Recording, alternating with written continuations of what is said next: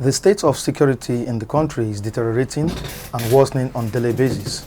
Of course, this has given birth to diverse groups and diverse security outfits like Amotekun, the Eastern Security Network, called ESN. The recent one that took the media space, that took the world by surprise, is the 5 governors of the Eastern region that came together to unveil another security outfit in the Eastern region. The name of the security outfit is Ebube Agu, which I don't really know the meaning. Of course, we have some reviewers here that will be, some analysts, I mean to say, that will be talking about this with me.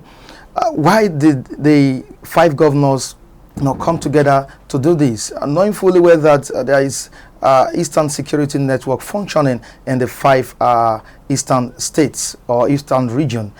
There should be a light to this. We want to know on today's edition of Pundit. Of course, I have Elijah with me and Jolly Man.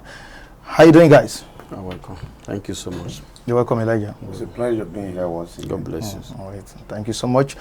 Some of the pro-Buhari and anti-Buhari protesters stormed UK over the weekend, demonstrating, expressing their grievances, especially on the state of the nation. Though there was a little bit of chaos there, but it was settled by the security personnel in that country. All right, like I told you, I have 2 gentlemen, Elijah and Jollyman. We'll be doing this together. I'll be right back.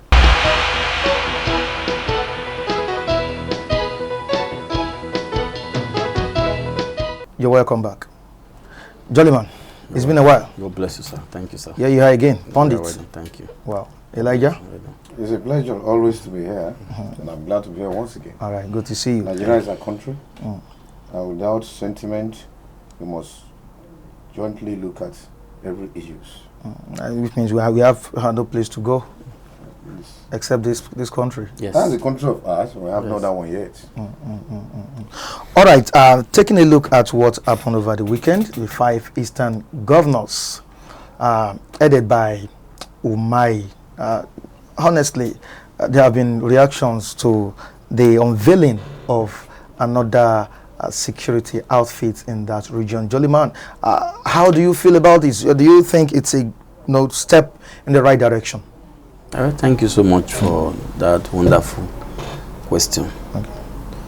I want to thank this Flip TV for giving us this opportunity to digest on issues bothering this nation, because security of this country have gone beyond what we ourselves can, what we as a human being. I think sometimes we need God intervention in this matter. What I see there in the eastern part of the country is I'm sensing some insincerity between the governors. They are not sincere to what they are doing, because the real issue is this: if there is insecurity in the eastern part of the country, it is the duty of the federal government.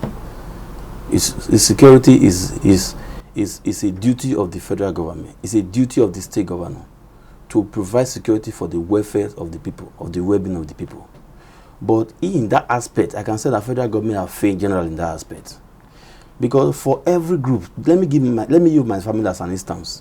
If I'm not able to provide ordinary basic necessity for my children, you see sometimes they go, some will be looking for ways, other means in generating money to cater for themselves. I think that is what the Eastern governors are doing. Because they have checked, they have weighed it, they have seen the federal government's body language. They cannot protect them. Because in a responsible government, and a government that knows the concern of well-being of his people should be able to provide security for its people.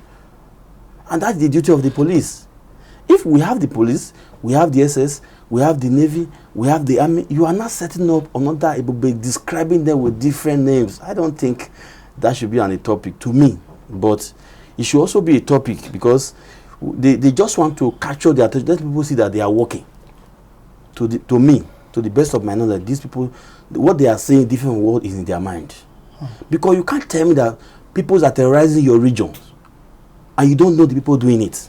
You cannot give the information to the police. These people are terrorizing our region. You go after them. You are setting all your security outfits. Is that what we needed? No. What we needed is this. There are information coming to the state governor on daily basis. Disclose this information to the federal government. They will release it to the police. Police will go out and do their work. But by you to come and start launching outfits, security outfits there and here and there, I don't think this thing can solve the problem of this country. To me, and it's my opinion, I'm entitled to it. All right, thank you so much. Elijah, when you look at it, to be sincere with you, it's generating news every hour. Many see it as a politically motivated step. Do you perceive it that way? It all depends on the angle from which we are seeing it. I read through the communiques jointly signed by the 5 governors in the southeast, and one of the things that interests me the more is that they said the newly set up security outfit is to strongly and unequivocally fight and condemn terrorism and banditry in that region. And going by the state of things in the southeast, recently the criminal activities has tremendously increased, and it seems that nothing is really working to check the excesses of criminality in that region. But as for the governors who is coming out with a new ideal of security operatives, one, in their communique, they said if the AGU is being set up to oversee and monitor all the vigilante groups in that region. And they also said in article number 4 of their, or paragraph number 4 of their communique, that they are on the same page with the federal government in fighting insecurity. But here we are today. Are they really fighting security in Nigeria at either federal level or state level? We are being deceived by our leaders based on lack of communications to the people. We lack intelligence gathering that is enough to fight banditry and criminality. But having said that, I won't be quick in condemning the security outfit that is being newly set up by the governors. But at the same time, we've seen the like of Amotekun lately in the southwest, where they provided with basic ammunitions to fight insecurity, or we are just trying to endanger the lives of our youth, our younger generations. The police that is policing the countries at local government to state level to federal level with ammunitions at their disposal, were they able to check the excesses of criminality in any zones, in any state, in any localities? No. So why are we here deceiving ourselves as a country, as a people? I believe that we need to do more in terms of security, and we must be sincere with ourselves. Number 2, we should increase our intelligence gathering. We should as well increase orientation for our security operatives. Then the lacking synergy in fighting insecurity is still very wide. It's still very wide, so to say. So that's why we continue to work around the clock, getting the same result, because we are leaving behind those things that matters that we should have put together to fight insecurity. That is why it always appears as if we are not doing anything. Okay. When you take a look at the scenario that played out in Ebonyi State, where people were massacred, and the recent one that happened in Imo State, where correctional centers were invaded by gunmen, unknown gunmen, let's use it that way, or hoodlums. I think this are giving birth to the meeting that was held in Owerri by the 5 governors of that region. But when you look at it in another way around, it seems Nnamdi Kanu, that pioneered, or the pioneer of the Eastern Security Network, that's ESN, has that superiority, has that command in the Eastern region, which I believe the citizens of that region would, abide by whatever he says. As I was, interviewing people this morning, I got their reactions. Many of them said no to Ebube Agu. Now, how would the Eastern leaders or the governors, synergize with ESN to make sure the lives and properties in that region are protected? To me, I still have one belief that the major cost of this problem is we need to address it. What is the cost? My brother said that the police were not able to provide security for the entire nation. That is not the issue. The Nigerian police are capable in doing that. The problem we are having in this thing is, the issue is that it's corruption that is fighting this country totally. And if care is not taken, corruption will take over the entire nation. Nigeria will become the least country in Africa. What do I mean by this? In the police sectors, the corruption there is very massive and is weighty.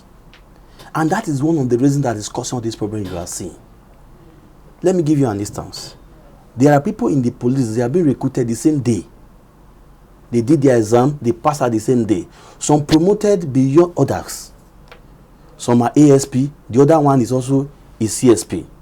The same day. And this promotion come from above. How do you expect somebody that both of you entered police the same day and they promoted my colleague ahead of me? How do you expect me to work with passion? It's not possible. And two, we are talking about salary structures of the police. The money they are being paid to the police is too poor, it's too small. You can't risk your life for a job that you are not being paid for. Let me tell you something. The other aspect of it is this. We are talking about the way Buhari has been appointing the police. I'm talking about the Security Council, the police, the army, the navy, and the custom. Go and check. The Northerners have taken over the entire hierarchy of the police.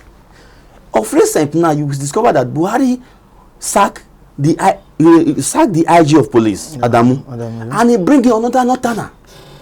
There is a certain part of the country, they have people, credible, intelligent, people who knows how to do this work. They are there. How do you expect them to work? They can't do their work. They'll just be doing it reluctantly. If nepotism, corruption have been completely eradicated, all this issue will only be we won't be discussing it. It's because of these things are there. That is why you see everywhere is banditry, kidnapping, 419 have taken over the entire nation because the police they are relenting. They are not doing their job. Not that they don't know their job. You can imagine in a nation where people who are prisoners being free by banditry, being free by kidnappers, be free just because that is a fair nation. Because a nation that you have that the security system have been hijacked, that is a failed nation. Before you can take over in a nation, you first of all deal with the security of that nation. For Nigeria to go to Ghana and Libya, other countries, it will be as worse as that if the issue is not being addressed by now. Because the leaders we have in this country today, they are not concerned about the welfare and well-being of these people. They are not concerned.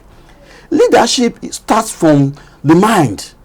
What do you have? Offer. Because I am here today. Tomorrow I will not be here. If you know that is the reason why you are being elected as a leader, you must do your work. Because if you feel that you are here today, you will continuously be there, you will be there tomorrow, you will not do anything. Because as far as I'm concerned, I am not seeing anything good from this government. Because if a government that allow insecurity to keep on, let me tell you, insecurity is not a priority of a government. It's not a priority. Say, I can provide security for you. No, you need to do all these things. I will provide. You need to do all these things. If there is job, job is also one of the contributing factors. If it were to be the Eastern governor come out to say, look, we are going to give a massive employment. We are setting up an industries that will give us a massive employment. I tell you, all this issue will be addressed. No average Igbo man want to die. They want money to make money. You give them things that will make them to make money. Rather than setting up security fee, doing this thing, all those are just a mere talk. Those are mere talk. Let me tell you, tension will keep on rising. Okay. Tension will keep on rising as long as 2023 election is coming. You will be hearing different legislation from different angles, from different area. All these things will keep on going on. As long as 2023 election is coming, every ethnic group we want to raise their voice to signify interest, so that people will, at least people will know that these people have been neglected, they have been abandoned. I think that is what's going on. I can tell you, if this issue is not being addressed now, Nigeria is heading to doom. All right. It's very obvious and glaring that the eastern part of the country is not exempted from security issues presently, just like what happened to the former governor, former central bank governor, Charles Soludo. It speaks volume and something we they really need to sit down and look into. Now, let me divert from there. These governors, 2 days ago or yesterday, reiterated their support for the federal government, and they've said that they are on the same page with the federal government on security issues.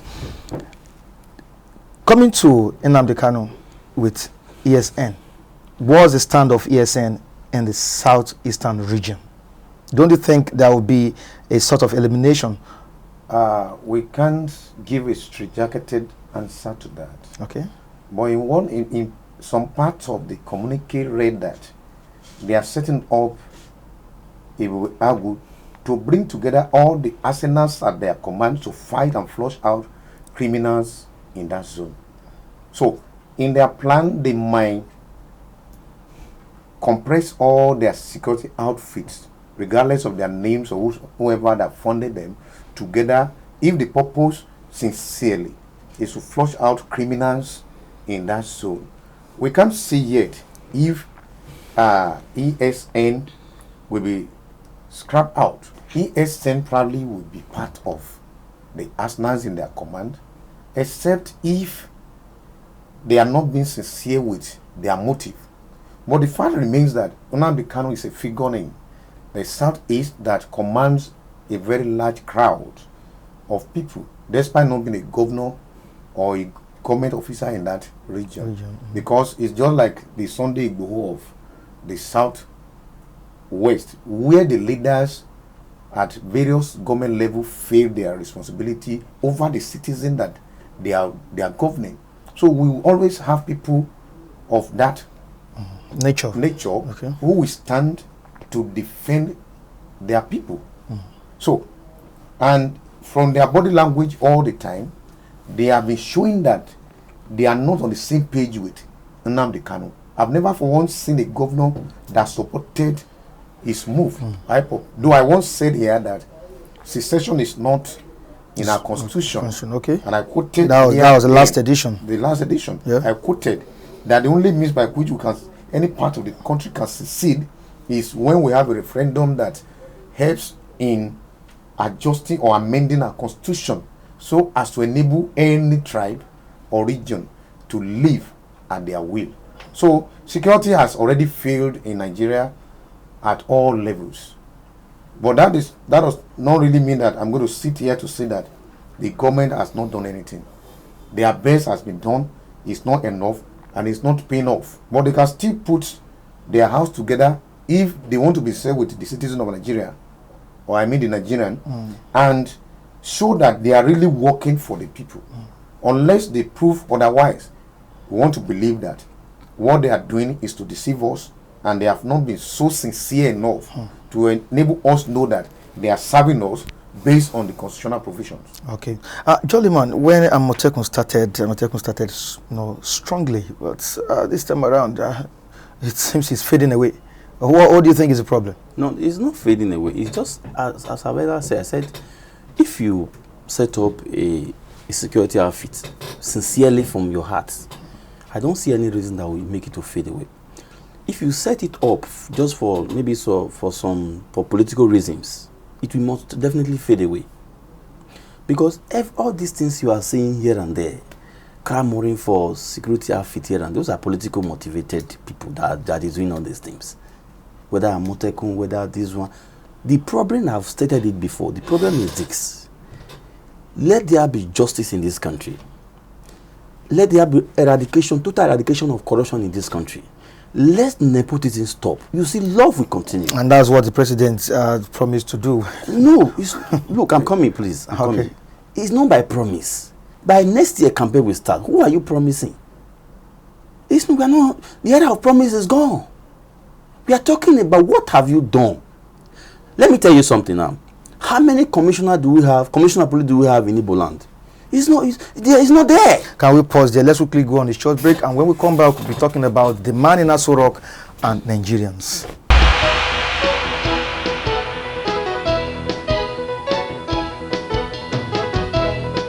Okay, like I said, just like what played out in the UK, where some protesters stormed the Abuja house there. It was quite an embarrassing scenario there. The man called Buhari and Nigerians. What is the problem? I want to know. Let people know what's the problem. Is that the real Buhari Nigerians voted for in 2015? Well, it was indeed an embarrassing scenario in Abuja House in London, where the president has gone for medical vacations. But the truth be told, the constitutional provision supported the president or any citizen of the country to visit any other country for medical help.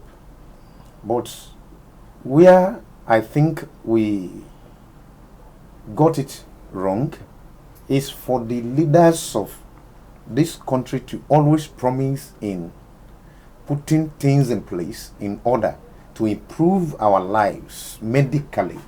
And on getting there, all the promises has always been a forgotten issue. So if he had put things in place in Nigeria medically, nobody will have think of protesting against him visiting London for medical help.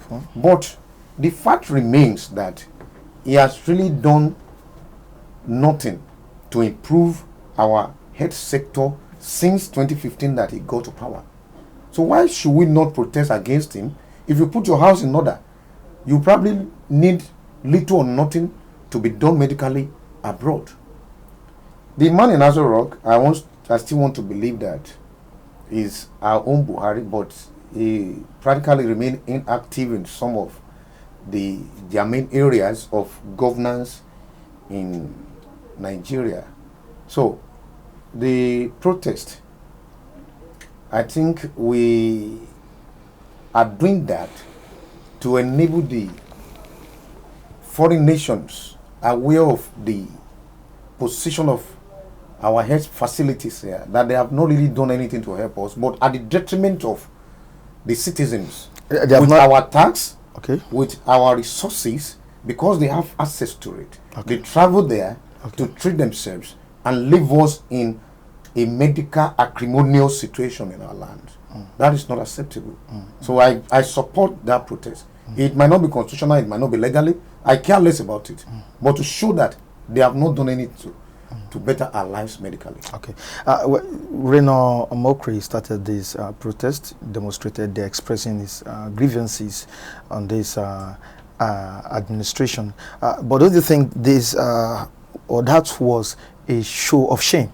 No, I think it's not a you don't personalize that protest. It's a protest from the concerned Nigeria, not just Mokri alone. You see, when you married a wife, let me start from a family affair, and you didn't do the basic necessity in your family, you went outside and started drinking beer, your wife can come there and mess you up. Because you have failed your responsibility at home, you are going outside to start spending your money. That is what Buhari is facing now. Because I don't see any reason. If Buhari was a responsible leader, there's no point of him going to abroad for a medical vacation thereabouts. We have all it takes in this country for him to treat himself very well. I think all I know is that the blood that flows through his vein, the same blood that flows through my vein. If I am sick, I take my medication here right in Nigeria and I get well. What is the difference between me and him? Look, a protest, what gives room for protest? It is inability for government to perform. He didn't perform, because if he has performed, there will be protest and counter-protest. You can't say the political motivated protest. Though there was a counter-protest by the poor Buhari there. There is what we call a protest and a sponsored protest. A sponsored protest and is different for counter-protest. If you are protesting against me now, and I have my own money, I can mobilize people to confront your protest. It happens in this country. But if you are good and there are people, some few individuals, one just want to rubbish you, large crowd can come out for a counter protest. That is the difference between counter protest and a sponsor protest. The one you saw in UK, that one is a sponsor protest. They just did that to just cover their shame. I want to tell you something. As far as I'm concerned, this Buhari of a thing, I've made up my mind not to talk anything about it again. Because we keep on saying something and the thing is not working. I told my father 2015, I said, look, you told me in those days, you told me that when Buhari was in government, then that there was hardship and there was insecurity and there was killing everywhere. Then I was in my tender age, then that was in 1982 to 1985, 1983 to 1985. All these things will happen then. But you are not telling me now that let's go and vote for Buhari. I never regret one thing because I didn't vote for him. Because I knew this person there. I think I'm the one that have a foresight for knew him then. But those people who are regret now, those one who voted for him, because this problem confronting Nigeria, my own biological father is part of the people that bring Buhari in. Because he voted for him. He has no power. He can't come to me and say, Daddy, just look, this man is not performing because you bring him there. Because me, I'm telling you, I know him there. Yeah, you didn't support him. Because I didn't support him, and I can never support, because look, let me say something. Before I could be able to support your ambition, I must see your credibility. I don't support you I don't move with a moving crowd. I must see your credibility. What have you done? Before you can run a successful home, as a leader, you must be able to run a successful business. Tell me the business Buhari have done in this country. Tell me his own company in this country. Tell me his own industry in this country. Won't make you to think a man that have not run a successful business will become a successful leader. It's not done like that. It's not by miracle. It's a practical issue. No, you don't bring God here. This is a practical. This is a practical issue. Look, protests will keep on going on, even if you like go to any part of the country, because if he fails to do the right thing, people will keep on protesting against injustice. If he do the right thing, you don't see anybody protest. Even people are protesting, I will be the first person to say, look, this man is doing well. Tell me something. You cannot move from here to Edo State, you will be kidnapped. You can't move from here to Anambra, you will be kidnapped. You can't move from here to India, you will be kidnapped. My brother said that he have not done much in the medical sector. Is he in the education sector? Is it under Buhari, under change government? You see, Nigeria students we are told for barely a year they were at home. These things are not done. The angers and the frustration I think that was because is of getting the too lockdown. much. It's not, we are not talking. Look, it's not the lockdown lasted for how many years? How many months? If you said it's during the lockdown has lasted for how many months? The lockdown lasted for few months. I can tell you, it's not during the lockdown. There was an issue between the ASU and the federal government. Okay. That was why the thing lingered to that extent. Tertiary institution. Are you getting me now? Okay. A responsible government will come out to the hearing of these people. Look, in the define of democracy, it's always concerned about the people. It's only autocratic system of government you see the few individuals hijack the nation and started looking for their own personal interest. If you want to live a successful life as a leader, you should be concerned about your people. Your people first. Because if you are concerned about your people, you will not have problem in your leadership. Look, people are being celebrated today because they live a legacy life. If you don't live a legacy life, you continue facing embarrassment. Even if people protest against you when you are in power, if they see your children, they will protest against your children. It's not done like that. Okay, still talking about the man in Aso Rock. The man in Aso Rock believes he's winning the war against insurgency. The man in Aso Rock believes he's winning the war against corruption. Do you really see it that way, Elijah? Even his cabinet, even his ministers. See, we've always been getting things wrong in Nigeria as a country, like every other previous administration. T.D. Jakes said something. He said, even the best of us also has the worst in him. And the worst among us also has good things to emulate. How do I mean? In the days of Goodluck Jonathan, Yaradua, and our own brother here, Olusegun Obasanjo, we've been having this problem of insincerity, maladministrations. I said it recently that all this agitation we are seeing everywhere is a product of frustration. And you can't be frustrated if there's no expectation. We expected much from them, and they couldn't give us. The man in Aso Rock, to a large extent, has been deceived more than what he could tell Nigerians. Though he has his own weaknesses. If he has been very proactive on his own, he would have not relied to virtually everything is being told by the people that are managing him. At some point in 2019, when he wanted to give a speech about his ministers then, he said he enjoyed the support given to him in defeating terrorism in the northeast. Shortly after then, Boko Haram struck, which means the people managing him, the likes of Gabashiu and your brother Femi Adesina, has always been deodoranting this government like they were the best. They have been lying to the president, who perhaps cannot be everywhere at the same time. But the people working with him, the backroom staff, have not been coming to give him the true state of things. This I learned from an in-house person in Abuja, that his major problem is that he trusted so much on people around him who manages his affairs, and when they come back to feed him, he doesn't care about finding out from other people. But the fact remains that the man in Aso Rock, who we so much adore and expected that we bring a relief to virtually everything that is affecting our national life, if not completely eradicating them, failed us beyond our expectation. Wow. And I expect more agitation from this frustration, because if Buhari continue the way he's doing today, the problem is increasing. Banditry increase on daily basis, killing increase on daily basis, Boko Haram terrorism. In fact, at some point I said there that we have IDP camps in about 3 neighboring countries in the north: the northern Cameroon, Chad, and Niger Republic. But lately, after the change of service of chiefs, we were all, I said I was not really moved. I was not really optimistic about it when they changed it. I said it here.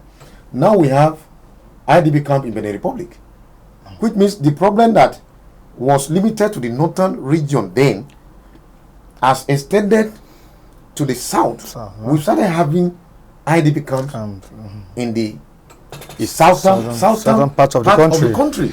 So where are we going? Are we improving? Now, we are one of the people agitating for the change of the service chiefs. They have been changed. Has anything changed? No. I was even thinking Buhari was going to bring an IGP from among the angels. If he knew he was going to bring Usman Baba, why did he have to extend the tenure of the former IGP? And the 3 months timeline elongation was still on. He suddenly changed and bring the same man who failed us before. Why do I say that? This Baba Usman is the one in charge of criminal and investigative departments in Nigeria police. And this is the strength of police in discovering the hideouts of the criminals elements in every part of the country, which he could not provide for the IG and the man in charge of operations to flush out criminals. Is the one you are bringing to head the IGP. What does he know? So here we are deceiving ourselves in the name of ruling ourselves. This nation I once described as an animal kingdom will continue to be the way it is until we change the fundamental things that is affecting our national life. Yeah, Jollyman, where lies the hope of a common man and the man in Aso Rock? Well, to me, I don't have any personal issue against Buhari. I'm just being concerned about his activities and his activism. You're talking about governance. If I am happy, you are happy. if all of us are happy here, I don't think there's anything bad with that. The basic necessity for an average Nigerian, if Buhari could be able to provide these things for Nigerians, I think I will be happy. If he can be able to, at least the common man on the streets, be able to eat 3 times a day, I will be very happy. The man in Aso Rock has just 2 years to live. What do you think the 2 years will be enough to restructure things? No, it's not enough. The 2 years you are talking about, those are campaign year. Okay. It's just a year of, a year of revision. I call them a year of revision. He will campaign for his own political party, what he has done for the 7 years, 8 he have spent in office. Okay. That is starting from next year, campaign will start. And even this year, and the campaign will start. Yeah.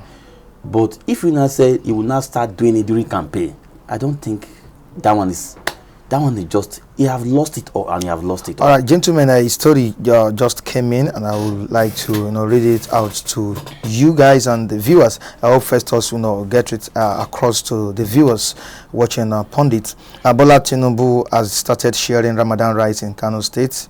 Whatever happened to Lagos State or something like that. But the bone of contention here is that Tinubu has started sharing rice in Kano State.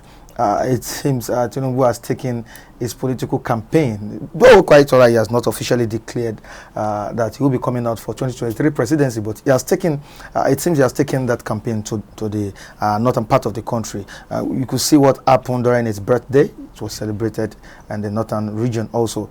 Now, how do you see this? And considering the fact that the Afeniferis, have endorsed this man for 2023. If you understand the political ferment in Nigeria, you will know that this is not new, it is not strange. It has always been the norms for everyone that aspires for any political office to strategically win the heart of the people, especially from a region they believe that is very important for their aspiration. But Tinubu, being a political enigma, he has been in the past, for now, hasn't come out to say that he's going to throw his hat in the ring for presidency. You might be reading through the body language. But it's obvious. Even yesterday, as I was walking along the street, I saw people holding meeting with placards and all those things. I watched the clip. Even on my streets. I watched the clip of the I saw banners Swagger 2023. But Bola Ahmed Tinubu. Swagger 2023 Okay. in Akure, where they visited the elder statesman, the immediate past leader of Afenifere, Ruben Fasoranti. Okay. He said in his word that if Tinubu is contesting for 2023, that he has no reason to stand against him, and that he was going to support him wholeheartedly. The truth being told, Bola Tinubu has been helping people for years, some behind camera. Like in a situation like this, giving out things to people to alleviate poverty. He has been doing that, but not with coverage. But now that it's coming out to show it to people, it is timely. It is clearly obvious that it's for a purpose. There is a motive behind it. And if Afenifere is endorsing Bola Tinubu, I think it's good, but I have no reason to rejoice over it. The Yoruba people I know, when it comes to trust, I have my huge reservation about them, because this is exactly what they did to the late sage Jeremiah Obafemi Awolowo in 1963. And 30 years later, same goes to Bashonu, MK Abiola in 1993. By 2023 is going to be another 30 years for another Yoruba man to aspire for presidency. Okay. And the role of the Yoruba people has always been very pivotal, and the end stage of it has not always been very good. Right. So that's why I can't rejoice over that. Now, but if that is his reason for being close to the north to capture that zone, I wish him all the best, because he has never done anything wrong to me. He's a man. He has his infallibilities. He can't be perfect. He will have his good side and okay, bad side. okay, let's leave it there. Jollyman, do you have any reason to support Tinubu? Though we've not heard anything from PDP concerning 2023 presidency. We don't know PDP's candidates. But do you have any reason to support Tinubu for 2023? Or to against him? Or to against? Well, yeah? I don't have I'm not against him for coming out to contest as a president in this country. But there's one thing I want you to know. Okay. 2023 election is we are going to vote for ideological leader. It's not a rice. Not rice. Rice will not work. As usual. Are you getting me now? we are voting for ideological leader. Ideological driven leader. Not Gary. Not Gary. We are not taking bribe from you before we vote for you. Are you getting me now? All right. We are voting for ideological leader, leader that knows, that is concerned about the welfare and well-being of his people. A leader that knows, a leader. We are talking about leader. Leader is different from rulership. A ruler is not a ruler, and a leader is a quite different thing. If I were Tinubu, what I would do is this. I will prefer solution to Buhari. I will be very active in this government. I will tell the right and wrongs of this. I will right the wrong of this government. I will make sure I give them necessary advice. The basic advice that will make this government to work to excel. That's what I will do. All right. I won't share rice for now. All right, thank you so much, Jollyman and Elijah. Voting for ideological leader is the best choice, and that is what Nigerians must key into. And on this note, I say goodbye to you on today's edition of Pundit. Join us next time on the same platform. That's Flip TV. Michael Adekunle remains my name. Of course, the men doing magic behind the camera, talking about Festus Olabukumi and Femi Davis. Kudos to you guys. I really appreciate the CEO of Flip TV, Abiodun Kukuluyi. A very good man there. All right, you can join us on our social media and do displays on the screen. You can join me on Facebook at Michael Timitayo Adekunle, Michael.